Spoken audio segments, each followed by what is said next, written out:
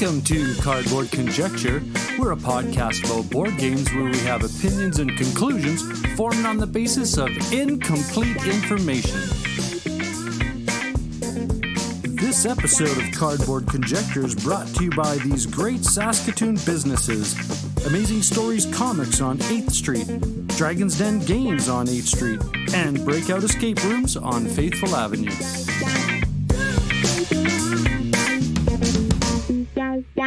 Well, hello there.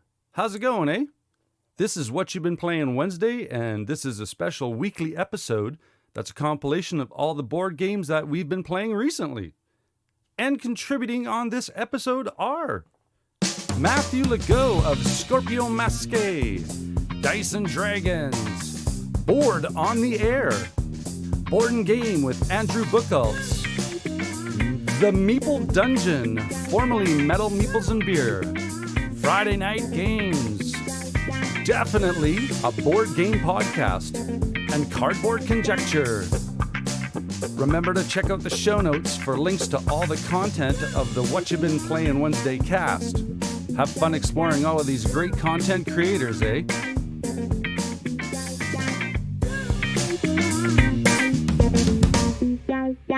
What's going on? Welcome to Whatcha Played Wednesdays. My name is John.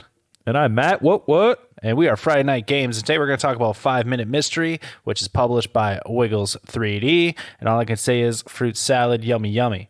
Yes, it is created by a Canadian. Which is why we like the game. Yes, Connor Reed from, I believe it's from London, Ontario. Dope. At least that's where my game got shipped from, so. Oh, nice. Yeah, maybe he's from not his own house. Maybe he's not from there. Who knows? So 5 Minute Mystery is a scenario-based co-op mystery solving game, and the cards range from easy to master. So it's pretty easy. Every scenario card, you're trying to determine the number of suspects for clues to find for. The amount of time to solve could not be 5 minutes, but most are. They range from different scenarios. You are looking for 5 hidden symbols and specific picture cards. Yeah, symbols will match a decoder. And if the decoder matches the bottom of the card, you get to choose a clue from the clue pile. English words are hard. Clues will then have a decoder bar that matches the culprit that determines if they have that item or not, which allows you to narrow down suspects based off the clues presented.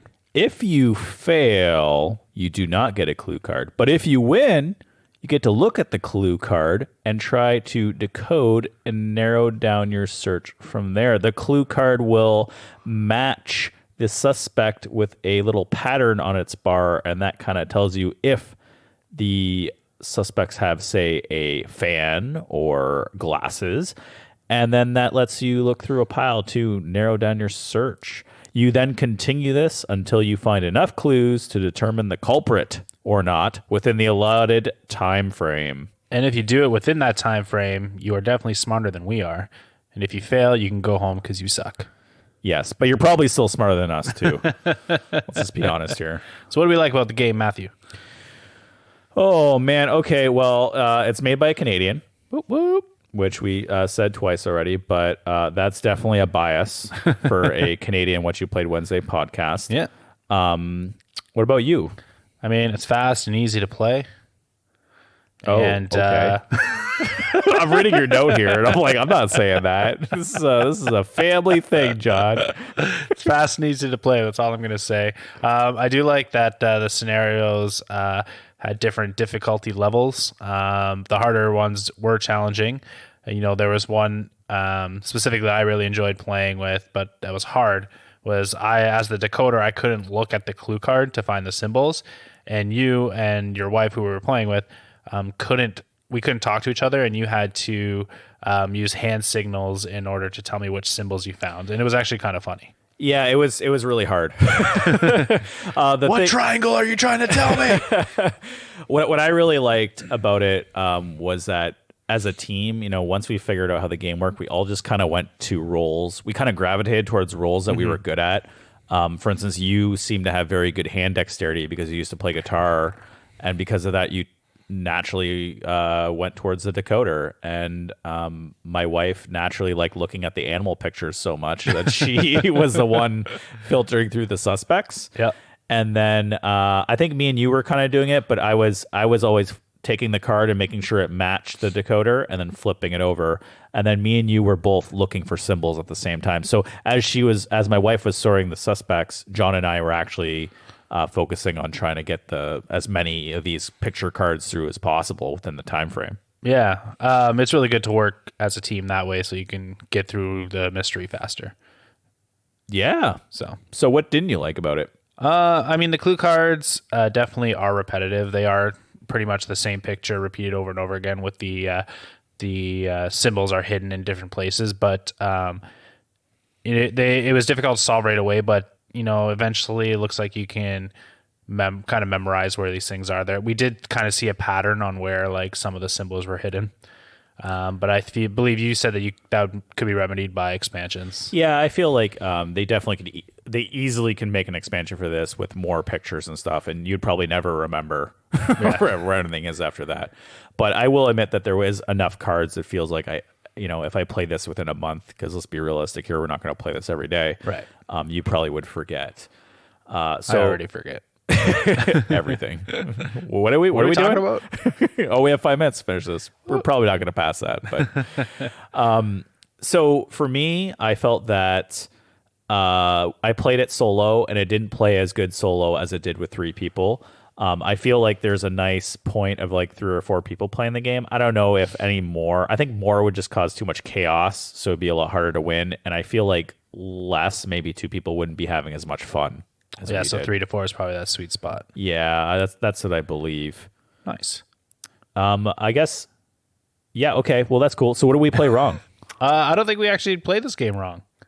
Okay. Which is weird. Wow. Yeah, that's like the first time we've actually admitted that. Yeah. Maybe second Maybe. time. But we will admit that we couldn't do the hard ones very well. No, we're not going to admit that. What's cool about the game, like I said, is not all scenarios are the same, and they give a nice twist to up the difficulty level of the game each scenario. So adding culprits or taking away culprits and all that good stuff. So Yeah, I would say the way we played wrong is just so we couldn't beat, like, the master scenarios are really hard. yeah, And we just probably don't know we don't know enough strategy to. we would definitely fail a Saw scenario. Oh, like the movie Yeah. The Saw? Yeah. Don't put me under stress. I can't do it. Yeah, definitely not. I mean, the three of us would be against each other in a Saw scenario, so it's kind of different.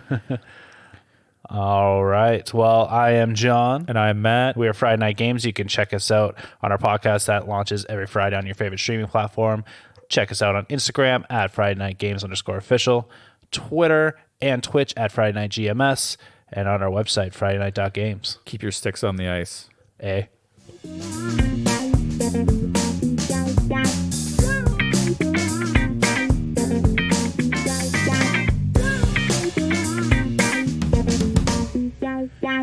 Hello, everybody. It's Rob and Anna Marie, formerly of Metal Meeples and Beer, but we have changed our name to the Meeple Dungeon. With that name change comes a whole new direction for us and our channel, and Anna Marie is going to be joining me more on a full-time basis for everything in the future, as well as a few friends joining in to do more and more things creatively, including top 10 lists and our reviews and unboxings and things like that. And yeah, we're pretty stoked about the new direction. But yeah, with that aside, we are going to talk about 2 games this week for the Whatcha Been Playing Wednesdays podcast. And that is, the first one we're going to talk about is Tidal Blades, Heroes of the Reef Part 1, published by Druid City Games and Skybound Tabletop, and designed by Tim and Ben Eisner. This is a 1 to 4 player game and a 5 player game if you have the expansion, which we do.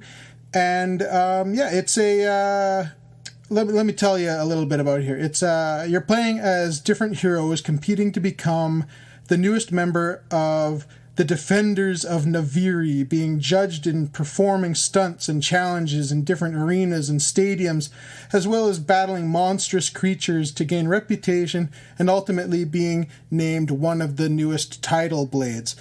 Anna Marie, you haven't said anything yet. Let's get you in here. What do you like about this game?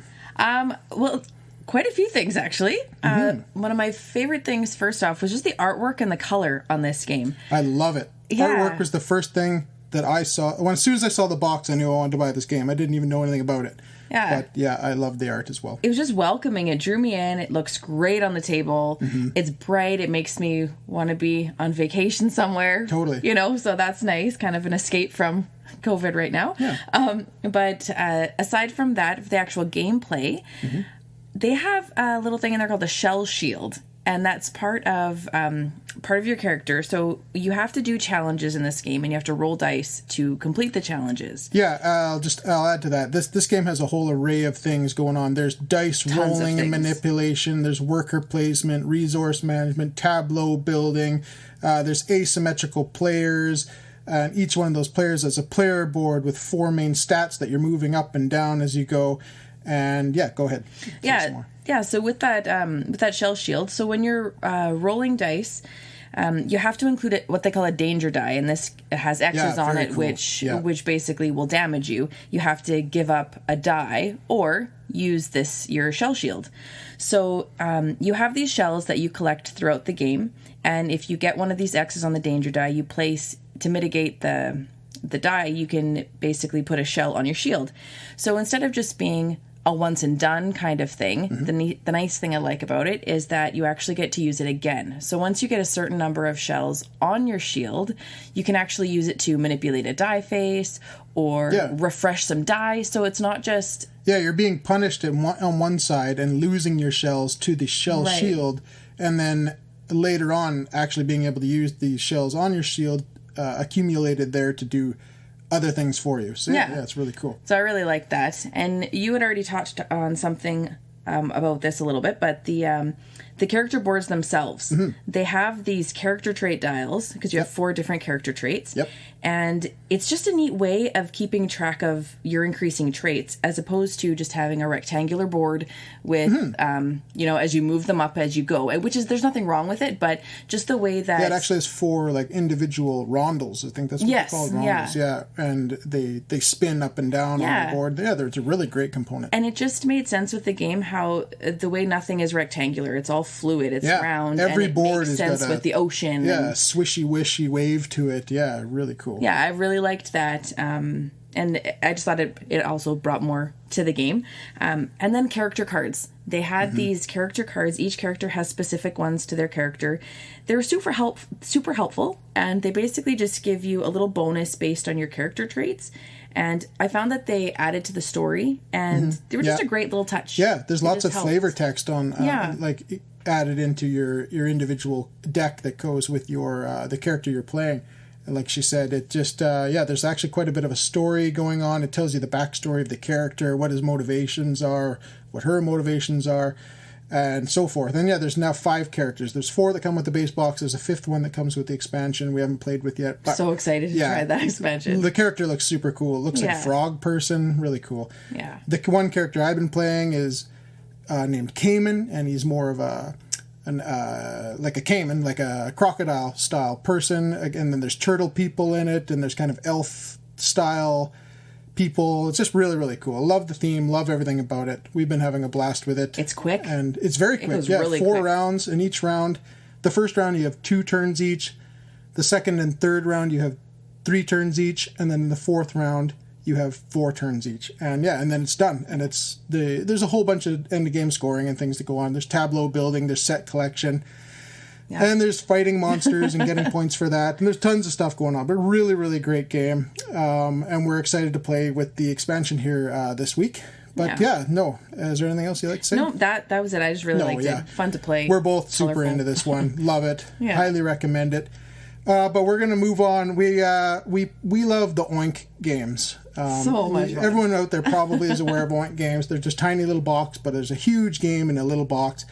But one of our favorite, if not our favorite, is Deep Sea Adventure, which is designed by Jun Sasaki and Goro Sasaki. And it's plays 2 to 6 players, believe it or not, in about 10 to 15 minutes. And it's all about diving down out of your submarine in a little scuba suit, and you're trying to find treasures. And the deeper you go, the riskier it gets. And the more treasure you get, the more oxygen you use, the more difficult it is to get back to the submarine, yeah. Which it happens to me all the time. I fail and I lose all my treasure. And Oh, yeah. but it's a great game. It's a huge push your luck game, and it all depends on what your opponent is doing. So That's the thing. You have Yeah. to be so cognizant of what your opponent is doing, because once they start collecting too much treasure, the air starts affects getting you. used, and then if they start heading up, you better start heading up. And that air goes down quickly. yeah, awesome game. If you guys haven't tried Deep Sea Adventure from Oink Games, go pick it up. You won't be a lot of fun. disappointed. It's super fun. It's cheap. It's a tiny little game you can keep in your pocket or your purse or whatever. But we are out of time. Again, this has been Rob and Anna Marie from... we are not Metal Meeples and Beer anymore. We are the Meeple Dungeon, and you will see a lot more of us going forward. See you next week. Cheers. See ya.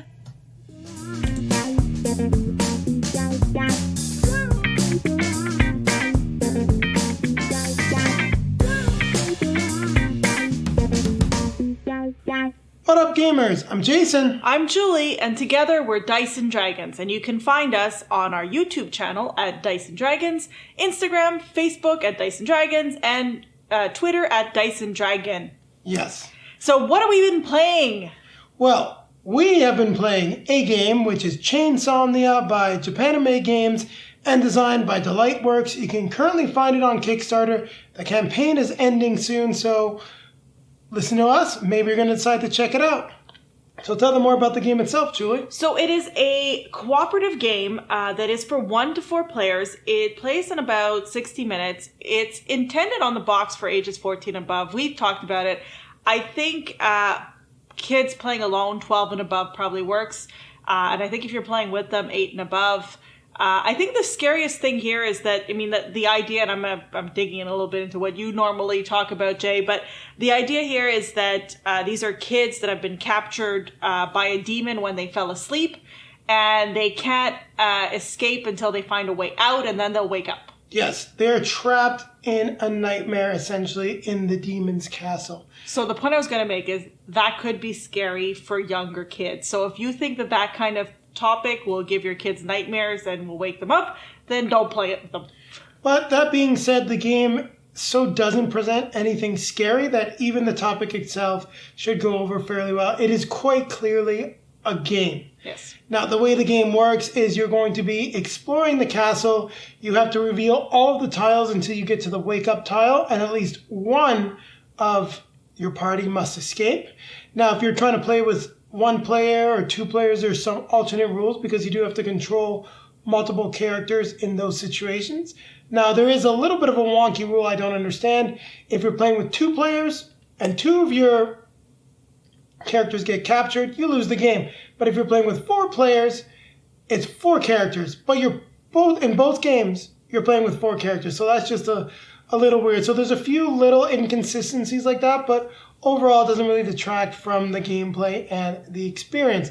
Now, each character has their own asymmetric powers, and as you move through the castle, you're going to be getting items, powering up, and dealing with some nasty events. Did I miss anything, Julie? I think that's pretty much it. So we're going to get into it, and then probably in the last minute to 30 seconds, I'll talk about the game that I got to play with Friday Night Games, Robotech Reconstruction. We played with the designer Dr. Wicks, and that's going to be coming out, well, at least for pre-order in June from Japanime Games as well. Kind of ironic, working with the same publisher. It's a fun game. I would say overarching, this is not an overly intense game. It won't get your heart pumping.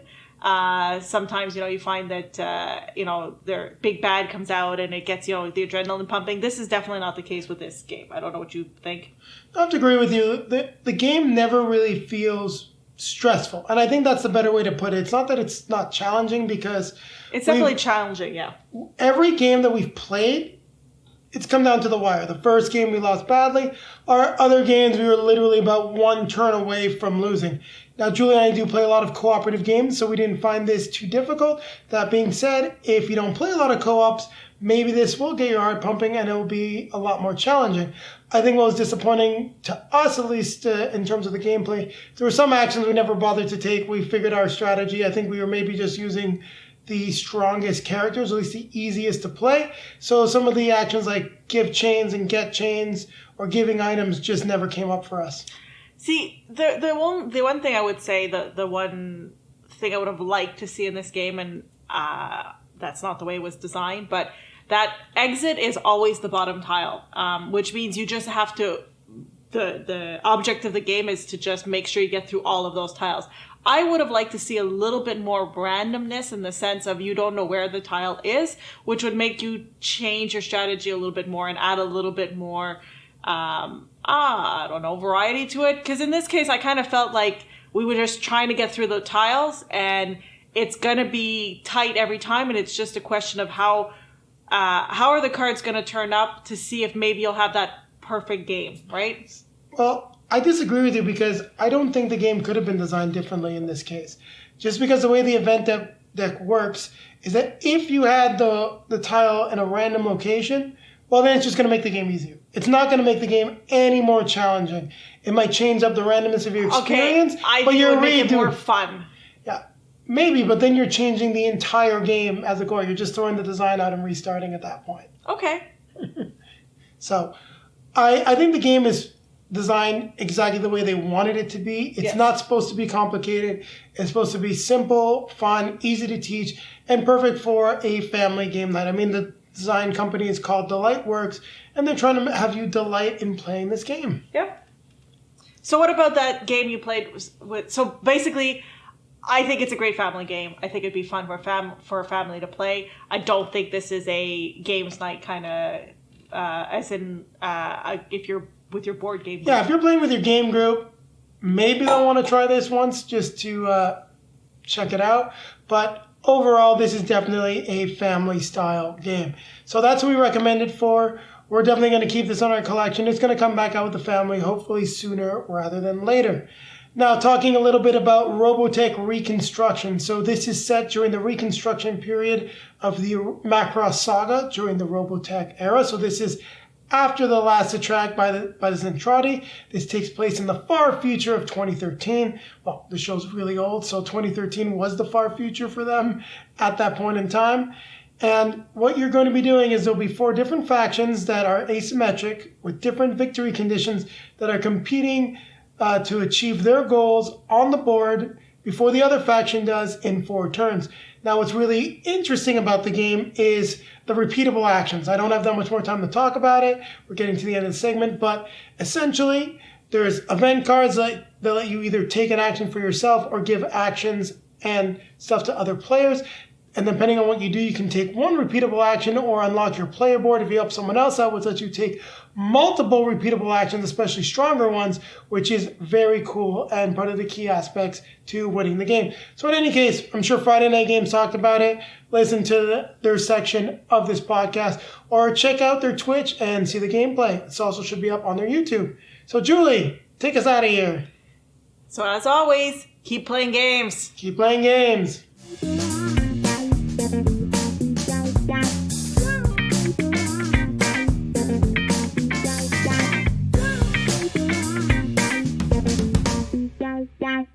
Hey folks, I'm Ryan of Bridge City Board Gamers, and I'm 1/3 of the weekly podcast Cardboard Conjecture, where we offer our opinions and conclusions formed on the basis of incomplete information.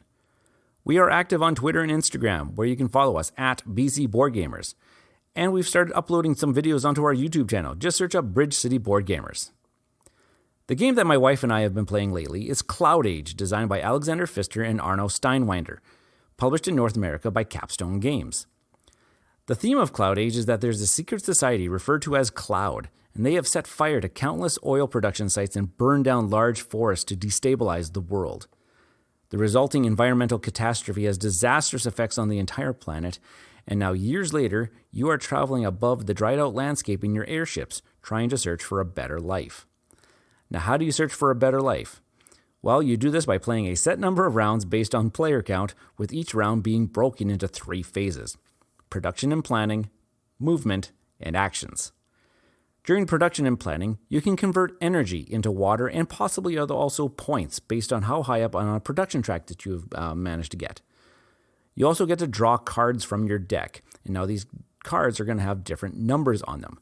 The lower number that you draw will allow you to draw more project cards or take energy, and the higher number will be your movement points for the next phase. So the next phase is movement, where you can move up to the number of hexes as your card from the production, and with also additional movement possibly from some upgrades and project cards that you have played. Now the key during movement here is that you need to end your movement in a city on the board. While at that city, you can choose to engage in combat with the Cloud Militia, gaining the rewards of the city: points, water, cards, growth tiles. All you have to do is compare your combat strength to the city.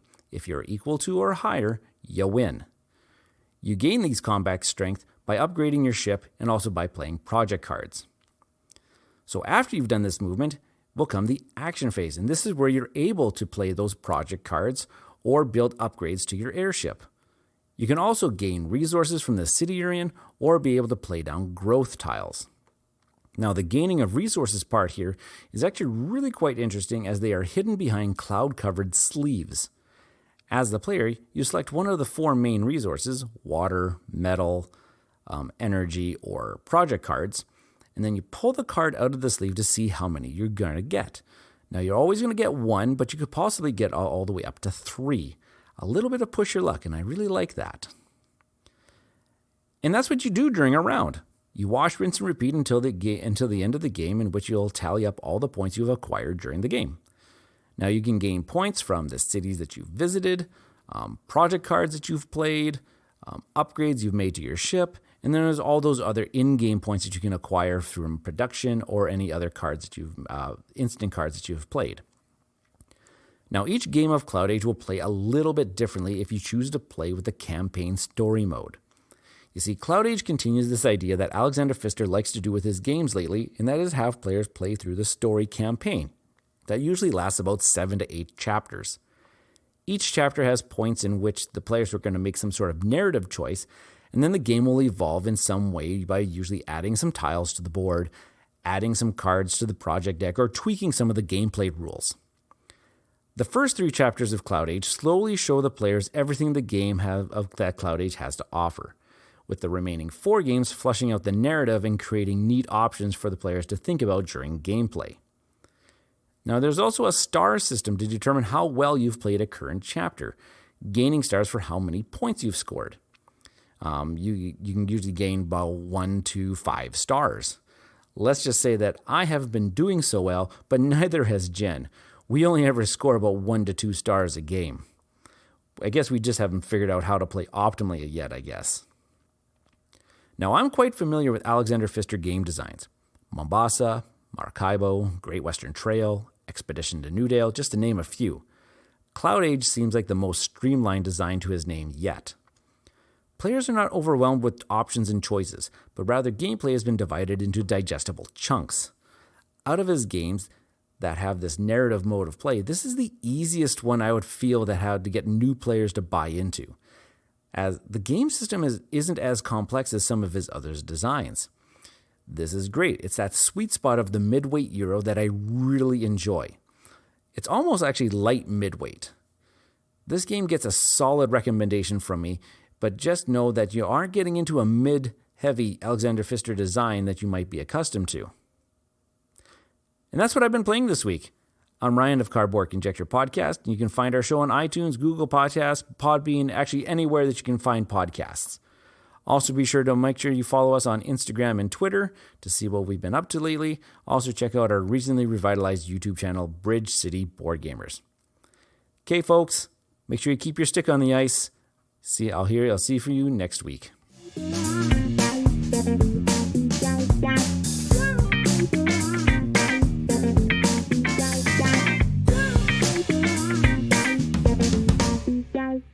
Hi everyone, Mathew here from Montreal-based board game publisher Scorpion Masqué. When was the last time you played our smash hit Decrypto? Well, if it's been a while, I just want you to know that it plays amazingly well online. Just use your webcam, get other players to download and print up some note sheets, and with only one copy of the game, you're off to the races. Give it a go and see. So do you remember those 3D posters that were all the rage in the 90s? You remember you'd stand in front of a mess of colors or black and white lines, and you'd stare at them, and mysteriously and magically an image would appear. Dinosaurs or animals or other wondrous sights or that sort of thing. My own experience with this was that I would stand in front of the poster and stare until my eyes watered and nothing would appear. Everyone would smile and gesticulate and laugh in delight, and I'd be stuck scratching my head staring at a wall. Well, the game that I've been playing this week has had me staring at a black and white poster, scratching my head and making my eyes water. But this time, I've been smiling, laughing, and even high-fiving. I've been playing Micro Macro Crime City by Johannes Sich, published by Pegasus Spiel Games. Now this game is a little bit like Where's Waldo, but it's actually more like Where's Waldo, why is he dead, who killed him, and why did they do it, and also possibly why is he naked. I'll explain that last bit in a minute. So the game is played on a huge board. It's actually a gigantic poster. 43 inches by 29 inches, or 110 centimeters by 75 centimeters, and it's covered in a huge, extremely detailed line drawing of a town full of people, cars, and murder. Yes, this is Crime City, and you can't seem to turn a corner in this place without stumbling upon a grisly scene of death and destruction. And therein lies the game. Micro Macro Crime City is made up of 16 sets of cards that each represent a murder case. So you start by reading the description of the scene of the crime and the victim on the first card, and then you look at the question written on the top of the second card, and that's where your investigation begins. So for instance, the person in question might be the victim of a car crash, and the first question might be, where does the victim live? Now, the cool thing about this game is that the image isn't one moment in time. Multiple moments appear on the drawing. So, to continue our example, you could follow the car that starts off crushed up against the lamppost. You can follow it back along the road, identifying its particular markings so you can track it back, and you go all the way back to when it was in the driveway. Oh, and there's the victim getting into the car. So you do this kind of backtracking in pretty much every case, tracing the story back, finding the parties involved, coming across the motive, and unraveling the whole sordid affair. The stories are classic tales of betrayal, crimes of passion, unfortunate accidents, and cold-blooded revenge. And here's the interesting thing in the game. The characters are a mix of real, cartoon-like people and zoomorphic characters. Rabbit ears, dog-like faces, that sort of thing. And it's all a little cute. This guy here has a kind of a raccoon look and a big mustache. Oh, and this girl has spiky hair and kind of a punk look, and oh, she's leaking blood all over the sidewalk. Now this is an element of the game that's really interesting, I find. There's a kind of cognitive dissonance between the cuteness of the characters and the kind of naive, cartoony world they live in, and the stark brutality of some of the murders. I mean, it's cute, but be careful if your kids are sensitive to those kinds of things. And remember when I asked about Waldo, and why was he naked? Well, this is a very European game, and let's just say that they don't tend to get as hung up on the human body as much as certain North Americans do. Personally, I had no issue. I just thought it was fun to see these little moments of scandal pop up here and there. But, might not be for all the tastes out there. And the last thing I'll say about this game is that one of its delights is scanning through the picture to try and find your little bearded dude running along with his bag, and you come across a person squashed under a piano, or a pair of legs jutting out from beneath a shrub, or someone flashing a passerby in the park. I mean, there seem to be a million stories going on in Crime City, and I can't imagine that they're all tied to just the 16 cases in the box. I haven't finished them all. I've done about half of them. But I'd be surprised if they don't come out with some online content or other exclusive that involve all those little stories that are going on in the background. Now, my final question is something that came up in a review of one of our kids' games, Mia London and the Case of the 625 Scoundrels. A great little memory game, by the way, if you're looking for one. Now, the reviewer in question enjoyed the game, but claimed that it was more of an activity than a game. I mean, I disagree, as Mia London clearly has win and loss conditions, a set of clear rules, and a certain skill requirement to play. And if that doesn't make a game, well, I don't know. Micro Macro Crime City. Is that a game? Is following stories on a map a game? Or is it an activity? Is it important to make a distinction at all? I recently asked that question on Twitter, and it generated some really good discussion. And it led me to the conclusion that if we start to limit the things that we call games, then we limit our ability to play. And play liberates so many positive things: creativity, fun, satisfaction, friendly competition. The more we can transform banal activities into games, the more beautiful our world will be. But as long as those 3D posters aren't there, like those things aren't fun for anyone. We don't need those, okay? Let's just play some games. Well, thanks for listening. This has been Mathew from Scorpio Masqué. Get your hands on a copy of Decrypto, as I mentioned at the top of this segment, and give it a play online. You'll thank me for it later. It'll really bring your group together, or your family, or whoever you play with. And thanks once again to the gang at Cardboard Conjecture, whose name I butchered the past couple of weeks, for being such good sports and for having me on. Take care, everyone. I'll see you next time.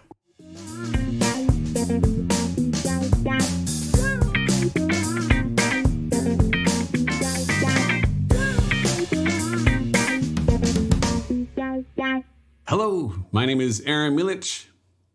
And I'm Royce Calverley. And we are definitely a board game podcast. A podcast definitely about board games, except when they're not. And it's Wednesday. Happy Wednesday. Happy Wednesday to you, Royce. Thanks. So last week on the Whatcha Been Playing Wednesday podcast, I talked about how I was not Cult of the New and how, I was going to talk about an old game and you talked about a really old game to make me look bad. But I figured, forget it. Forget it. Yeah. I'm going to let my Cult of the New freak flag fly. I'm going to talk about a game that is 2021, dang it. Oh, brand new. Really new. Holy smokes. What is it? Canvas. So this is Canvas by Jeff Chin and Andrew Nerger, Road to Infamy Games. This is, it's almost a hard game to describe. It is such a cool experience. You are building a work of art. You are putting transparent cards together. Each transparent card is kind of like a cell in an animation. If you think of like a cartoon cell. So you're overlapping them to create the whole image. Right. And then you're doing it to score points, to fulfill goals. There's a little bit of a bidding mechanism in there as well. But the art is the thing. And when you end up with these beautiful, completed masterpieces at the end, it's just amazing. Check out our Twitter at Board Definitely. You can see some of the art that Grace and I made when we were doing this. Especially if you look, she had one that was just fantastic. It was called Forbidden Curiosity, and her final art piece, basically, it was this cat looking out at the moon through an ivy-covered barbed wire fence. It was like a commentary on our society and COVID and all this, or maybe not, I don't know, but it just looked fantastic. There's also a scoring system. Like, it's not just about making these beautiful pieces of art. You do have goals to complete in different ways to do the goals. So it actually is a game, right. Which I was a little afraid it was more just a gimmick to make pretty pictures. It's not. It's a good game that ends up making pretty pictures. It may seem like a fine line, but there's a difference between making pretty pictures as part of a game and a game that ends up making pretty pictures. And that's what this is. It's a game first, but the pretty pictures are brilliant. And they really thought of everything with this one, because I think you mentioned this game can actually be hung on the wall. Yeah. As a piece of art. So the front of the box just has a painting on it, and it doesn't have any text or anything. And the back of the box is built in such a way to be hung onto a wall. Yeah, it's really cool. How can people find this game right now? I don't think it's out in stores yet. It was Kickstarter, so the Kickstarters are just being delivered now. As I said, it's brand new, and it should be in stores soon. And I really recommend highly getting this one. It is a great game. I think it's one I'm definitely going to be getting my hands on if it ever is available in stores. That's awesome. Yeah. Cool. All right. Well, the game I've been playing Wednesday, and a lot of other days too, is Patchwork. Uwe Rosenberg, Lookout Games 2014. Going back a little bit. Yeah, not new by any means, but not ancient either. Thanks to Royce, I've learned that it's pretty much impossible to find a miss from Uwe Rosenberg. I love all of his games, especially his polyominoes, and this is his first polyomino as far as we know. Yeah, I believe this was the first one he ever did, for sure. This is one I've been looking at for a long time, but I've been avoiding because it was a two-player game. But 'tis the season for two-player games now. So I definitely reached out and grabbed one, and I've been playing. Or two players, la la la la la la la. He loves to sing. Yeah, so if you like really simple polyomino games, it's basically just building a quilt, collecting buttons, and trying to fill all the spaces on your player board with a really nice quilt. And it's as simple as that. A lot of fun for two players. It's got a short playing time, so it's the kind of thing you'll probably fit in 2 or 3 games in a row, kind of a 2 out of 3 situation. Yep. And as always with Uwe's stuff, high quality look, high quality feel, and just a great all-around two-player game, one that I instantly loved right out of the box. Excellent. Yeah, I like this one a lot as well. It's great. There's quite a few versions of it now. So if you're interested in an Americana quilt or a European quilt or a holiday quilt, there's all these options. I wonder, though, if maybe Canvas owes a little bit of a debt to Patchwork. Oh, really? Because Patchwork is the first game I can think of that had this sort of mundane theme. Right. So Patchwork is about collecting buttons and making a quilt. Yeah. Woo! It's not conducting space battles or anything like this. And let's face it, Canvas is about making a painting. It's not what you would traditionally consider board game themed. And I wonder if the two are related in a little bit that way. So it's kind of cool. Yeah, and they're both about building art in a way. Yeah. So that's what we've been playing on Wednesday. If you want to hear more about us, you can reach out to us anytime. Let us know what's going on. Definitely board@gmail.com or at board definitely at Twitter. Or you can find us on our guild at Board Game Geek at Definitely Board Game Podcast. You can search for us there. And of course, you can always check out our episodes. Listen to any podcast distributor. You'll find us there. And if you can't find us there for some reason, you can always find us on our website. Just Google Definitely Board Game Podcast, and you'll find our Buzzsprout site there, and you can listen to it directly from the website. Yep. And if you think that we're silly and stupid here, boy, you really should listen to our episodes. Yeah, and Royce will be singing a lot more there, too. It's the season for two players. La la la la la la. Don't do that. Two they won't players are the best way to play a two-player game. La la la la la la la la la la la. Merry Christmas, everybody.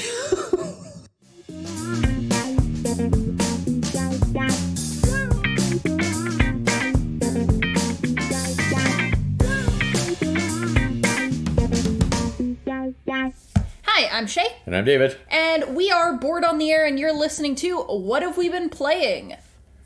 And what have we been playing? I played Lords of Waterdeep. Yeah, I was going to say I haven't played anything because school. But what have you been playing? Tell me about this game. We are going to be talking about an oldie but a goodie for worker placement games, Lords of Waterdeep. It is what I would consider a traditional worker placement game where one person can go to an action space, you get something, you do something. You have 3 to 5 workers during the game, depending on how many people are playing. And more action spaces open up as you build new buildings during the game. Your goal is to complete quests, which gives you victory points. Mm-hmm. Everyone has a lord that they're following, which gives you a goal for the game. Because at the end of the game, you flip your lord over, which gives you extra victory points. Reason we brought this out is I just got the new Waterdeeples from Broken Token. So I no longer have cubes for my workers. They are little or not workers, for my resources, basically. And they're Yeah. little shaped meeples. Yeah. I have blinged this game out pretty much completely now. I have metal coins. I replaced the cardboard gems with plastic gems. So there's not much else I could do except for put those stickers on the meeples if I wanted to. Yeah. Which I would do that, but you don't like the stickers. I'm not a huge fan of the stickers on the meeples. I don't think they add to them. Yeah, fair enough. I mean, you don't care about the theme to begin with, but... Yes. This game is, as I say, a traditional worker placement game. It lasts 8 rounds. At the end of 8 rounds, whoever has the most victory points wins. The main mechanics in it are mechanisms, I guess is the proper terminology, is, it really focuses around those quest cards and the intrigue cards. We played with the expansion Skulls of Skullport, or Scoundrels of Skullport. That makes way more sense. Something like that. It's an expansion.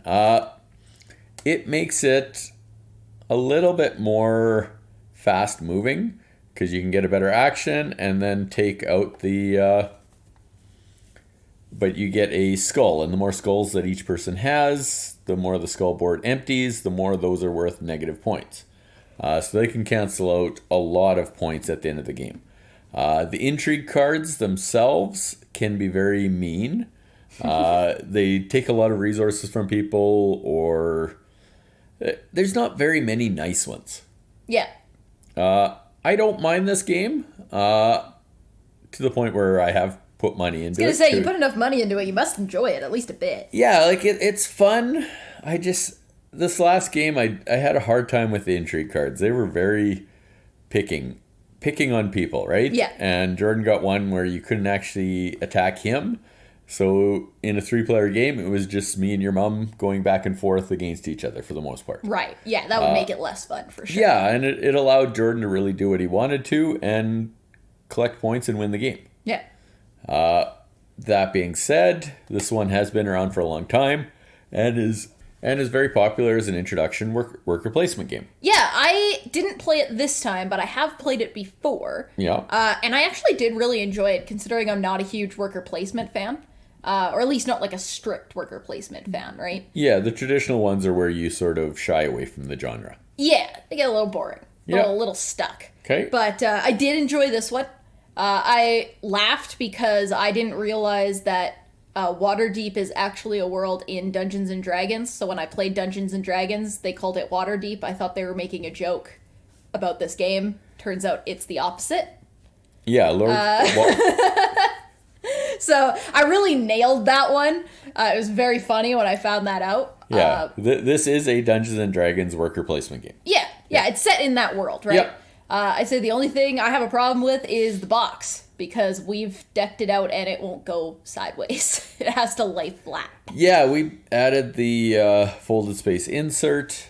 I forgot to mention we took the little blue skulls out of the expansion and added the Zolkin skulls. Oh, right, yeah. So yeah, it's on its side, it loses everything. But it's a big box, so it doesn't really need to go on its side. Yeah, it just doesn't fit in alphabetically. Yeah, so that's Lords of Waterdeep. Mm-hmm. I still like it, still in our collection, and we have a very pretty version of it. Yeah, absolutely. And definitely one that I would play again once we're less busy. Sounds good. Okay, I'm David. And I'm Shea. And you can find us on CFCR every Thursday night at 6 o'clock and all your local podcast sites. Excellent. Have a great night, guys.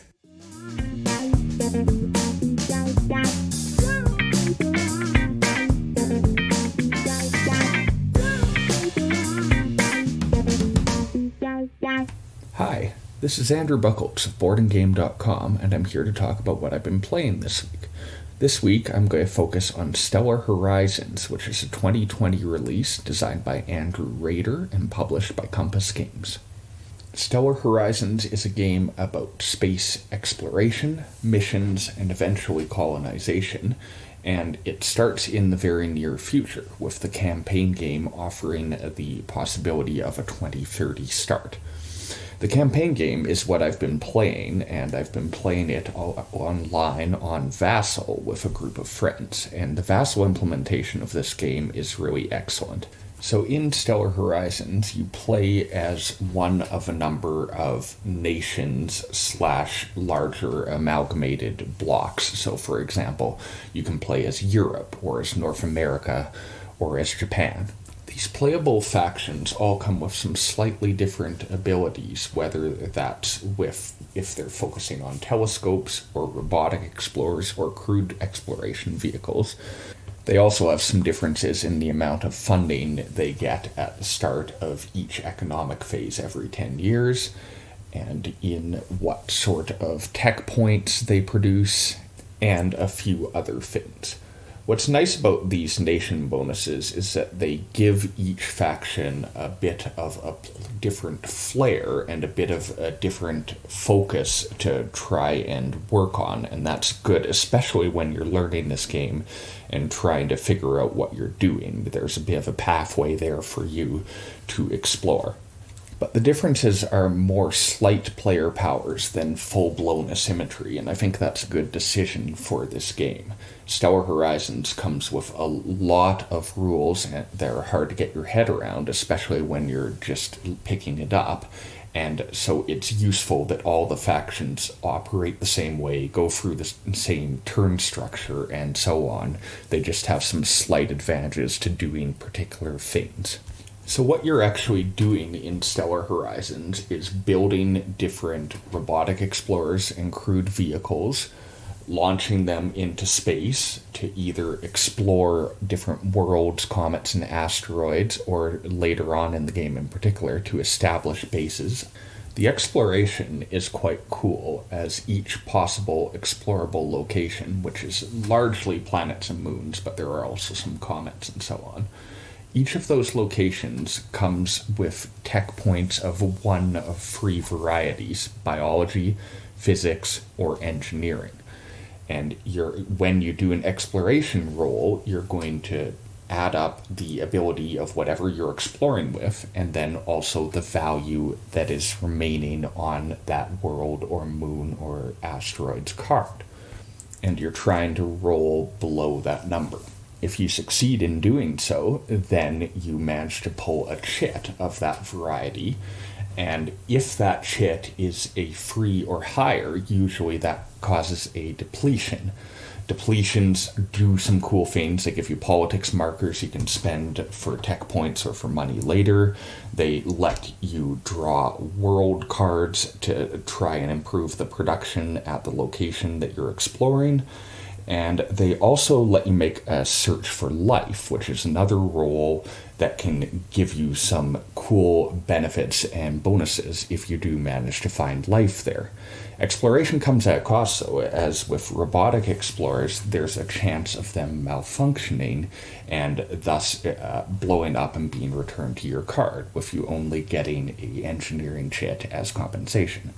Crewed vehicles are a little bit better at that, in that they don't actually blow up if they fail their roll on this particular thing, but they can get reserved, and then they'll have to go back to either Earth or to another base to resupply and return to active status. The other interesting thing with those depletions is that they reduce the value of the world you're exploring, and so eventually, over time, that world is going to give away all its secrets, and you'll have to move on to exploring other things. Something that's cool of Stellar Horizons is, especially in the campaign game, there's a really good arc to this. You start out with not a lot of money, and you're not able to do a whole ton, but as the game goes on, you get better and better technology. You establish bases on other worlds that produce more resources or more tech points for you. And so as you move along from decade to decade, there's a very good power arc where there's a lot to do. For new players like me in particular, this is useful, as by the time you get to the years where you have more to do, you're more familiar with the rules. And while the rules can be a little complicated, they make a good amount of sense once you've been playing for a while. It's also very handy that Compass Games has released these in a PDF version, which enables you to search for whatever you're looking for at the moment. Overall, I think that Stellar Horizons is a great title on exploration and colonization of space, with even some eventual possible combat that comes up in the later years. I think it has a good mixture of realism and accessibility. It's a lot of fun to play, and I highly recommend checking it out for anyone interested in a space exploration and colonization game. I'm Andrew Bucholtz, and you can find me on Twitter at Andrew, BUCHOLTZ. You can also find my board game writing at BoardandGamedotcom. Thanks for listening.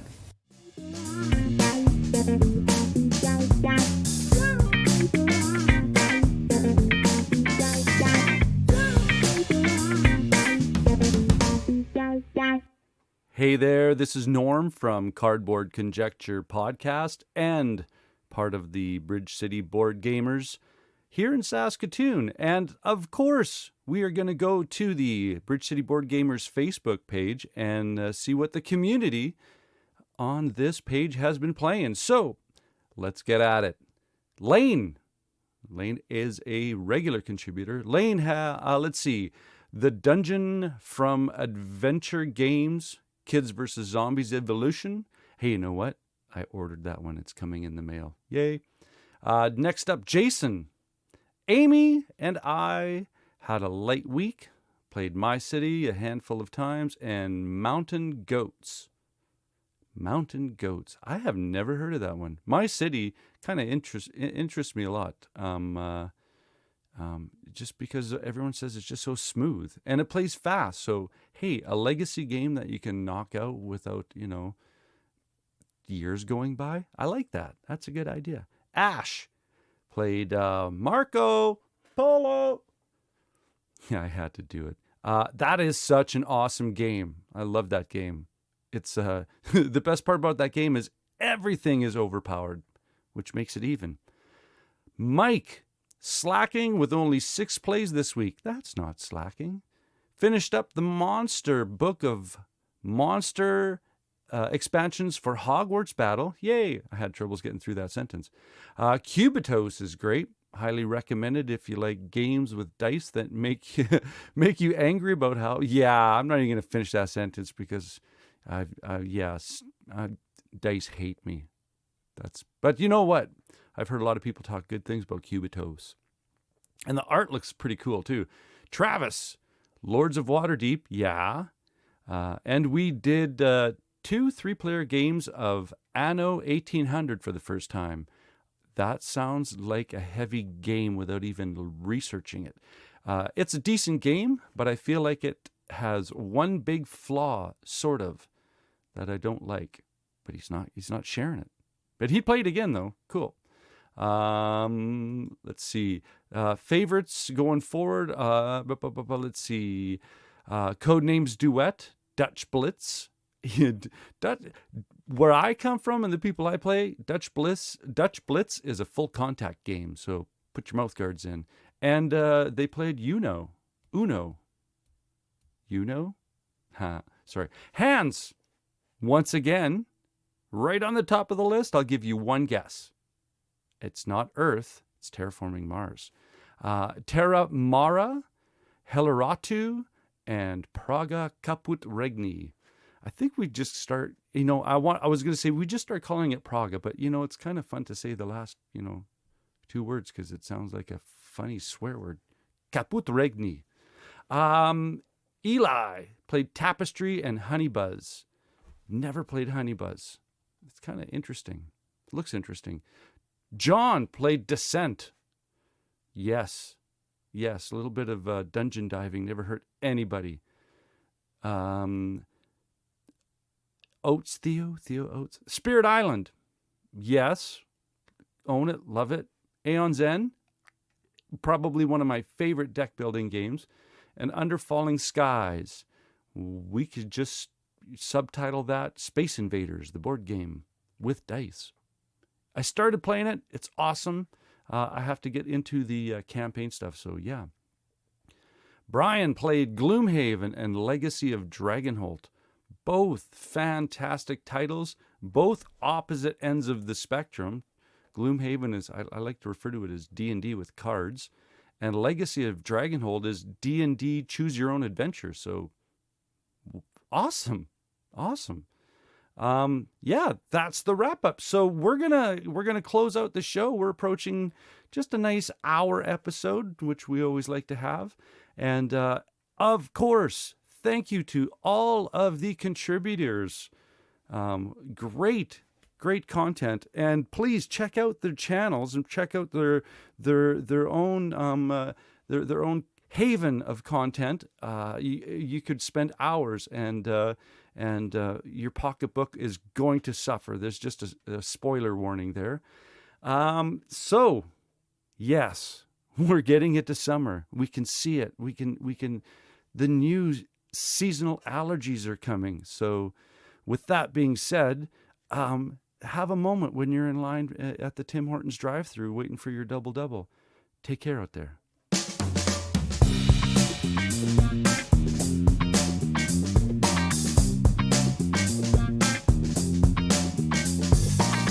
This has been an episode of Whatcha Been Playing Wednesday, brought to you by the people at Cardboard Conjecture, where it's spring and they're saying, like all Canadians, -5. Hey, that's t-shirt weather.